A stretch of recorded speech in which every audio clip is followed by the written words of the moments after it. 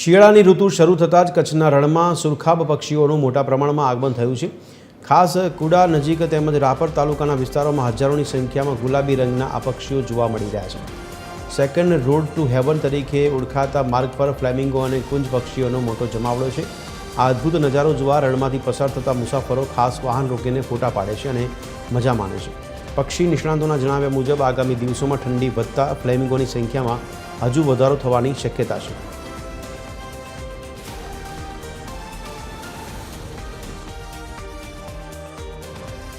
તો તે અન્વયે હું આપણે જસ્ટ ફેક્ટ કહું તો આ વર્ષે પણ 3 થી 4 લાખ આશરે ફ્લેમિંગો જોવા મળ્યા હતો અને જસ્ટ 5 years બેક આ સંખ્યા આશરે 1 લાખને આજુબાજુ હતી.